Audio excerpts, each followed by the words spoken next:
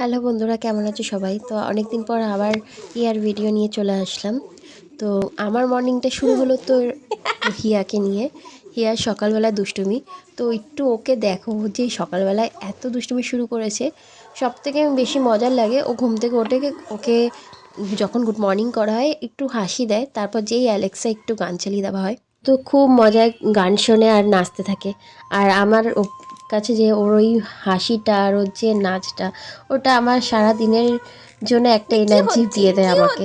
ওর যেদিনকার শরীর খারাপ থাকে বা ওর যখন ও হাসতে চায় না, কোনো কারণে হয়তো লেগে গেল, ও যখন কান্নাকাটি করে, তখন আমার মুডটা আরও বেশি অফ হয়ে যায়।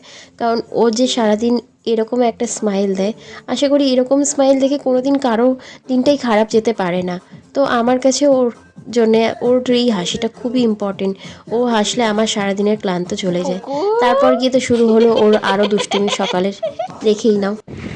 তোমার টেডি কই? টেডি কই? এটা এটা এটা তোমার টেডি? তোমার টেডি এটা? আচ্ছা, টেডিটা ঝুপু করো, ঝুপু করো, ঝুপু করো। ও বাবা, ঝুপু ভালো ভালো। এ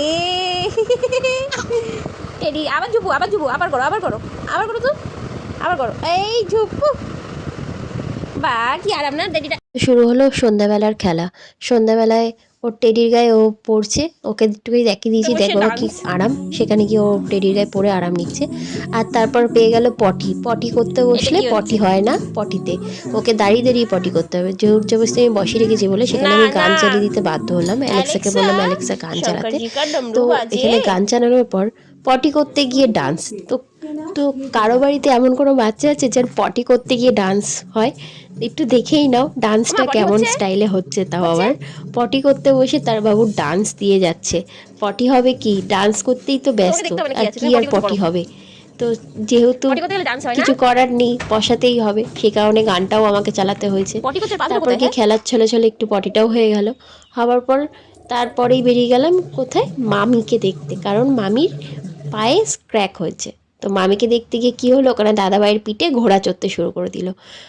যে আজকের মনে হলো যেন দাদাভাইদের বাড়ির চাঁদের হাট বসেছে, সবাই এক জায়গায়, কেউ বাদ নেই। হ্যাঁ, বাদ ছিল বৌদির মা।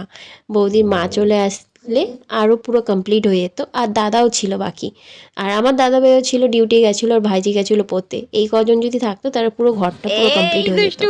তো খুবই এই মজায় হাতি কই, সেদিনকার হাতি? দিনটা কেটে গেল। মোটা হাতি আর কোথায়? পরের দিনের মোটা জন্য হাতি কোথায়? আরও একটা বড় মোটা যে ওই যে ওই যে এক্সাইটেডমেন্ট কোথায়, ওই রয়েছে মোটা আমাদের। হাতি?